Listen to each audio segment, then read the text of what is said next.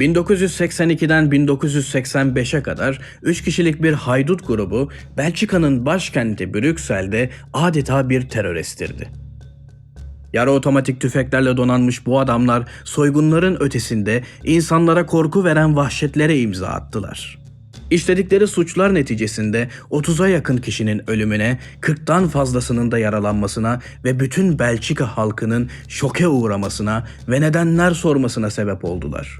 Ancak kimlikleri gibi gerekçeleri de hiçbir zaman ortaya çıkarılamadı.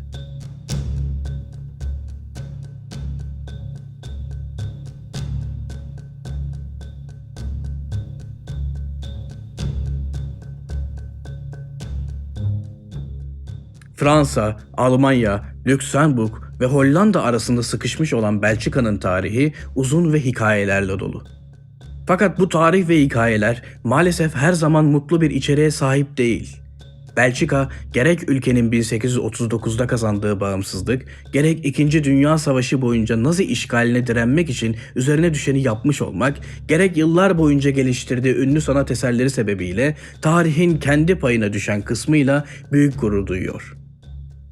Ancak bu süre zarfında Belçika'da gerçekleşen ve bölgenin kendisiyle hiçbir ilgisi olmayan birkaç savaşla uğraşmak zorunda kaldılar. Napolyon ile Birleşik İngiliz-Prusya kuvvetleri arasında yapılan Waterloo Savaşı da bu örneklerden biridir. Bir savaş alanı olmaya alışan Belçika, 2. Dünya Savaşı başladığında kendilerini çatışmanın ortasında bulacaklarından emindi. Nazi güçleri onları işgal edene kadar tarafsız kaldılar ve sonra eylemsizliğin ve tarafsızlığın sonuçlarıyla uğraşmak zorunda kaldılar. Belçika nüfusunun yaklaşık %1'i, yani aşağı yukarı 90 bin kişi 2. Dünya Savaşı sırasında öldürüldü.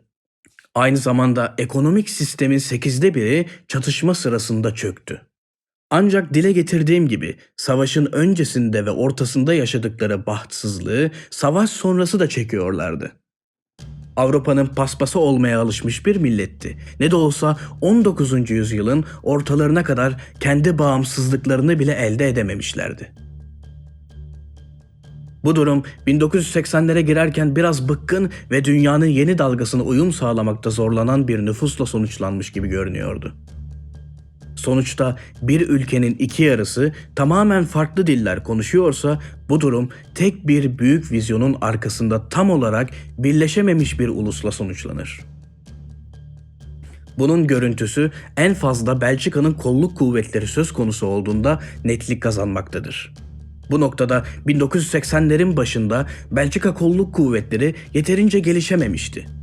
Coğrafi sınırlar ve dil engelleriyle birbirinden ayrılan pek çok kurum birbiriyle doğrudan rekabet içinde hareket ediyordu. ABD'de büyük suç operasyonlarını denetlemek için FBI gibi kolluk kuvvetlerine güvenebilirken Belçika'da benzeri bir durum söz konusu bile değildi. Ülke, Savunma Bakanı'na bağlı olarak çalışan ancak genel olarak oldukça özerk olan farklı polis departmanlarına sahipti. Bölgesel meselelerle ilgileniyorlardı ve ciddi meseleler söz konusu olduğunda genellikle jandarmaya danışıyorlardı. Daha küçük, bölgesel güçler üzerine kurulu bu sistem, konsept olarak kulağa hoş geliyor. Ancak departmanlar arasında bulunan iletişim ve işbirliği sorunu suistimal edilmeye açık bir ortam yaratmıştı.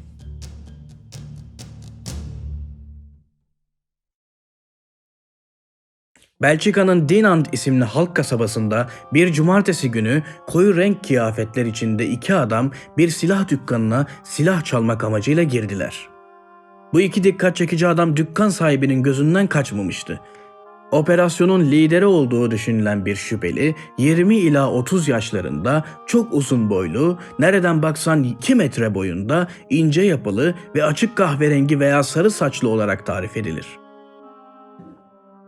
Diğer adam ilkinden daha yaşlı, yaklaşık 50 yaşında ve olgun tavırlarının onu çivi gibi sert göstermesiyle dikkat çekiyordu. Formdaydı ve onun da boyu oldukça uzundu, ancak diğerine nispeten kısa olduğu belli oluyordu. Bu vaka bu adamların ilk kez görülmesi olacaktı. Ancak Belçika tarihindeki en büyük suç çılgınlığı tam anlamıyla yeni başlıyordu. 10 Mayıs 1982 günü bir Austin Allegro silah zoruyla çalındı. Bu gerçekleşen olay sonradan bahsedeceğim katil lakaplı tetikçinin maskesiz görüldüğü iki olaydan biridir. Kendisi Fransızcayı ana dili gibi ayrıca eğitimli bir adamın tonlamasıyla konuşuyordu. 14 Ağustos Cumartesi günü çete Belçika'da varlığını duyurmaya başladı. Silahlı iki adam gece geç saatlerde bir markete geldi. Adamlardan ilki küçük bir siperliği olan bir kar maskesi takıyordu. Elinde bir tüfek ya da testere ile kesilmiş bir karabina vardı ve dükkanın önünde nöbet tutuyordu. İkinci adam cam kapıyı kırdı ve böylece markete girerek karıştırmaya başladı. Şarap, şampanya ve kahve gibi içecekler çalmışlardı. İsimsiz bir telefon ihbarı polisi hırsızların varlığı hususunda alarma geçirdi. 3 polis memuru olay yerine intikal etti ve kısa süre içerisinde iki taraf arasında silahlı bir çatışma başladı. Bu çatışma sırasında bir polis memuru yaralandı. İki suçlu ise yara almadan daha önce çalmış oldukları bir mavi Volkswagen Santana ile kaçtı. Polislerin tek bildiği haydutların sadece biraz yiyecek ve alkol çalmak isteyen birkaç gangster olduğuydu. Ancak önümüzdeki bir ay onların sadece birkaç basit suçludan çok daha tehlikeli olduğunu kanıtlayacaktı. Grubun daha büyük planları vardı ve bunu gerçekleştirmek için silah gücüne ihtiyaç duyuyorlardı. 30 Eylül'de kimliği belirsiz 3 silahlı saldırgan bu kez Brüksel'in hemen dışındaki Wavre kasabasında bulunan De Kais Armory adlı bir başka silah deposuna geldi. Saldırganlar sabah saatlerinde silah dükkanına girdiler. Dükkan sahibini ve iki müşteriyi silahçının zeminine yatırarak rehin aldılar. Toplamda 15'ten fazla ateşli silahı çalan tetikçiler kesinlikle ne aradıklarını biliyorlardı. Müfettişlerin de sonraki açıklamaları bu yönde oldu. Bu adamlar hangi silahlara ihtiyacı olduklarını, bu silahlara hangi mühimmatın uygun olacağını ve dükkanın içerisinde nerede neyin olduğunu gayet iyi biliyorlardı. Civarda devreye gezen bir polis memuru ihbarı aldığında bunun birkaç serseriden ibaret olduğunu düşündü. Ne yazık ki olay yerine ulaştığında suçluların ilk hedefi haline gelmişti ve saldırgan grubun ilk kurbanı kendisi oldu. Saldırgan grup 23 Aralık'ta bu sefer bir restoranı soymak için kolları sıvadı. Ancak yine para yerine sadece kahve ve şarap çaldılar. Kötü taraflarını göstermeye devam ediyorlardı. Olay saatleri içerisinde görev başındaki bir bekçiye işkence yaptılar ve sonucunda kafasına tek el ateş ederek infaz ettiler. Böylece basın ilk kez onlara Brabant katilleri ismini verdi. İnsanlar durumdan iyice korkmaya başladılar.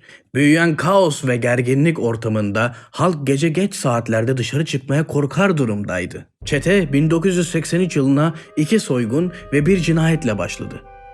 9 Ocak'ta bir taksi çaldılar ve şoförü öldürdüler. Birkaç hafta sonra 11 Şubat'ta ikinci bir süpermarket soyuldu.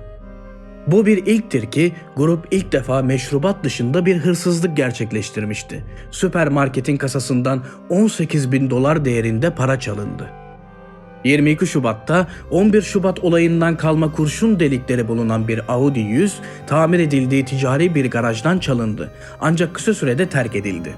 7 Mayıs'ta yine bir başka süpermarketi soydular ve yaklaşık $22.000 para çaldılar. Bu tarihler arasında en çok dikkat çekeni 10 Eylül'de bir fabrikayı soydular ve bir işçiyi katlettiler.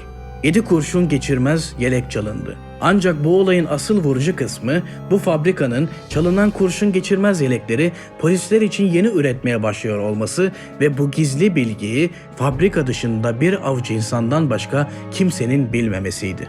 1 Aralık'ta Anderlues'te bir dükkan silahlı soyguna uğradı ve dükkan sahipleri öldürüldü. Yaklaşık 3.000 euro değerinde mücevher çalındı. Çete içeriye girer girmez dükkan sahibinin eşini hiçbir uyarı yapmadan anında vurdu. Çete ayrılmadan önce güvenlik kamerası kayıtlarını da yok etti. 1 Aralık 1983'te yapılan son soygundan sonra çete 2 seneye yakın bir süre ortalıkta görünmedi. 1984 yılı çete ile ilgili herhangi bir cinayet veya soygunla yankılanmadı.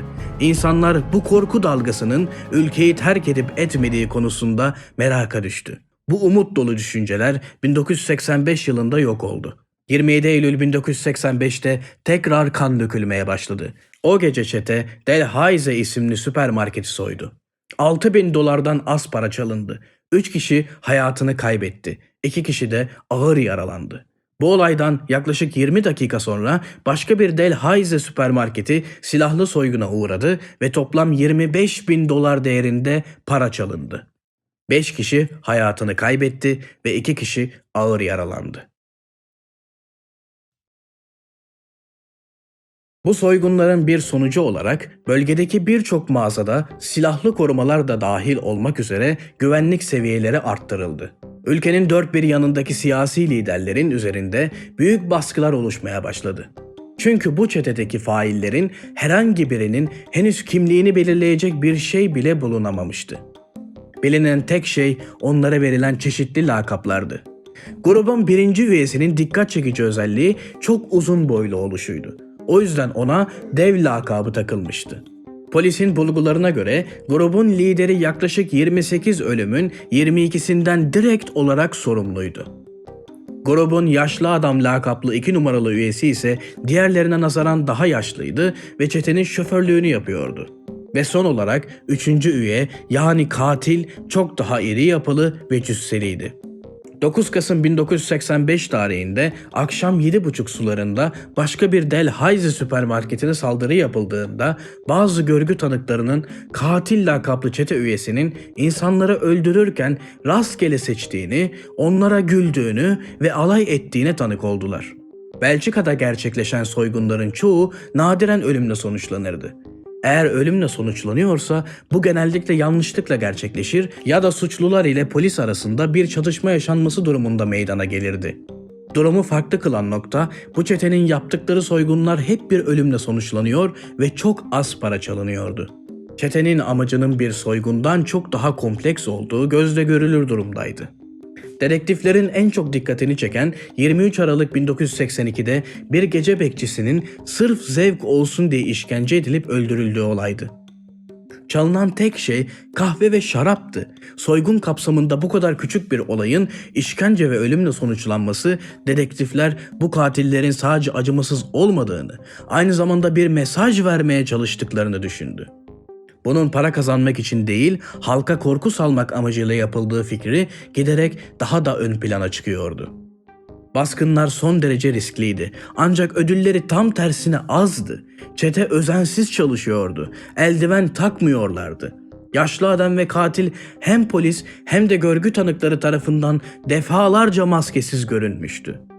Kaçış rotaları planlanmıştı. Ancak çete genellikle polisin gelmesini bekliyor ve onlara saldırıyordu. Bu gibi düşünceler de aslında çetenin bu suçları bir silah tutkusuyla gerçekleştirdiğine dair bir teoriyi geliştirdi. Bu teoriye körü körüne inanan yetkililer alternatif teorileri görmeyi reddetti ve pek çok delili, örneğin ele geçirilen kaçış arabalarının hiçbir zaman düzgün bir şekilde incelenmemesine yol açtı. Araçlardan toplanan parmak izleri dahil birçok kanıt kayboldu. Bazılarının görüşlerine göre ise buradaki motivasyonun ne bir mesaj vermek ne de silah tutkusu olmadığıdır. Soygunların son derece kanla ve az ödülle sonuçlanmasının asıl sebebi çetenin siyasi bir güçle motive edildiğidir. Suçluların bir türlü yakalanamaması, önemli ipuçlarının kaybolması ve yanlış kullanılması ve farklı otorite gruplarının arasındaki gerilimlere ilişkin araştırmalar bu suçların para için veya şöhret için değil, ülkenin siyasi manzarasını şekillendirmek yolunda işlendiğine dair bir inanışı ortaya koyuyor. Videonun başında hatırlarsanız ilk suç 31 Aralık 1981'de, sonuncusu ise 9 Kasım 1985'te işlenmiş, 1984 yılının tamamı atlanmıştı. Bu tarihler neden bu olayların kaynağının siyasi amaçlar olduğuna dair büyük rol oynamaktadır. Ancak ondan öncesinde bu cinayetlerle yoğun bir şekilde ilişkilendirilen bir gruptan bahsetmek gerekiyor. Videonun başında da bahsettiğim gibi Belçika bir bütün halinde değildi. İki farklı majör dilin kullanılması, farklı kültürlerle bezenmesi, aşırı sağcı fikirleri de beraberinde getirmişti. Brabant çetesinin üyelerinin aslında Westland New Post adlı aşırı sağcı paramiliter bir grubun üyeleri olduğu düşünüldü. Bunun nedeni ise liderleri Paul Latinus'un bir arkadaşına süpermarketleri soymak için keşif yapılmasını söylediği iddiasıdır. Ayrıca Latinus, Belçika'nın Hristiyan inançlarından ve aşırı sağ düşüncelerden uzaklaştığını savunan 260 kişilik bir gruptan da sorumluydu. Westland New Post'un amacı Belçika'da bir polis devleti yaratmaktı. Ülkede sadece kontrol sahibi olunmayacak, aynı zamanda tüm bölgede de güçlendirilecekti. Westland New Post'un bazı üyeleri esasen jandarmaydı. O dönemde jandarma şiddet konusunda ülke çapında kötü bir şöhrete sahipti ve birçok üyesi cinayet ve hırsızlık dahil çeşitli suçlardan tutuklandı. Westland New Post siyasi yarışta büyük bir isim olmak için çabalıyordu ve 1981 seçimlerinde Hristiyan Sosyal Partisi Temsilciler Meclisi'nde artık çoğunluğu elinde bulundurmadığı için o seçimde büyük bir kayıp yaşadı. Bu durum özellikle bölgedeki yerel kolluk kuvvetlerinin birçoğunu kızdırmıştı. Çünkü bu durum iktidarın gidişatını önemli ölçüde değiştirecekti. Bu seçimin tarihine göz atmamız gerekiyor. Zira 31 Kasım 1981'de yapılmıştı. 2 ay bile geçmeden suçlular serbest kaldı ve Hristiyan Sosyal Partisi'nin çoğunluğu kazandığı bir sonraki seçim çetenin son saldırısından kısa bir süre önce 13 Ekim 1985'te yapıldı. Polisin herhangi bir ipucu bulma ya da bazı durumlarda çetenin peşine düşme konusunda yetersiz kalması, bazı kolluk kuvvetlerinin çetenin kim olduğunu bildiğine dair pek çok şüphe uyandırdı. Ayrıca görgü tanıklarının çetenin soygunlar sırasında son derece profesyonel gözüktüğünü belirtmesi de bu teoriyi güçlendirir bir parçaydı. Polis veya askeri eğitime mi sahiplerdi? Fabrikadan çaldıkları çelik yeleklerin üretimine dair olan bilgiye buradan mı sahiptiler? Son derece dikkat çeken bir diğer durum ise 1984 yılında çetenin sessizleşmesidir. Bunun nedeni ise Westland New Post'un lideri Paul Latinus'un o sene kız arkadaşının evinde ölü bulunması olabilir. Ölümü bugün hala Westland New Post'un açısından kendini öldürdüğü, polis açısından ise yetkililerle çalışmasına ve diğer üyeleri satmasına misilleme olarak cinayet olduğu şeklinde iki taraflıdır. Ancak bunun Brabant cinayetleriyle ilgili hiçbir suçun işlenmediği aynı yılda gerçekleşmesi tamamen tesadüften öte gözükmektedir. Tüm bunlar da gösteriyor ki Brabant cinayetleri eğer ki son teoriyle uyuşuyorsa o zaman bunun direkt devletin içinden kontrol edildiği ve asla bulunamayacağını güçlendirir niteliktedir. Çünkü tüm bu karmaşa bir siyasi amaca hizmet ediyordu ve bulduğumuz benzerliklerin tesadüften öte olduğu da aşikardır. Peki bu cinayetler neden işlenmek zorundaydı? Bunun nedeni belki de kaybedilen seçime duyulan öfkeden değil, ülkede bir korku yaratarak polis devleti olabilme olasılığını arttırmak için yapıldığı söylenebilir. Bir ülkeyi hizaya getirebilmenin en iyi yolu korkudur. Eğer insanlara kendilerini çaresiz hissettirirseniz büyük olasılıkla fikirlerinin değişeceğini göreceksiniz.